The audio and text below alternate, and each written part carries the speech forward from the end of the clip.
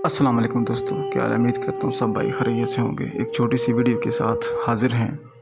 तो मैं काफ़ी देर से देख रहा था ये इन बाबा जी को, तो काफ़ी उदास बैठे हुए हैं और बच्चों के खिलौनों का जो छोटा सा स्टॉल लगाया हुआ है, तो बच्चों के खिलौने हैं बाबा जी के पास।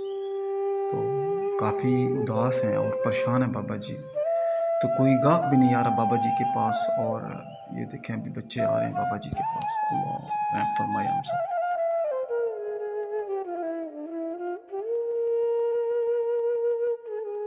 काफ़ी देर से तो माशाल्लाह कोई गाहक वगैरह तो नहीं आ रहा, काफ़ी देर से परेशान है। तो चलें से मिलते हैं।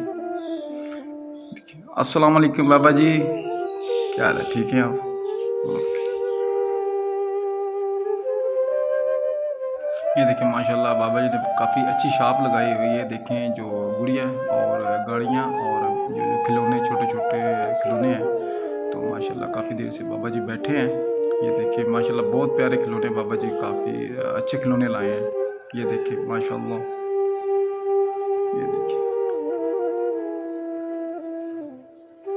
माशाल्लाह काफ़ी ज़ाइफ़ हैं और अल्लाह पाक इनकी परेशानियाँ दूर फरमाए। अस्सलाम वालेकुम।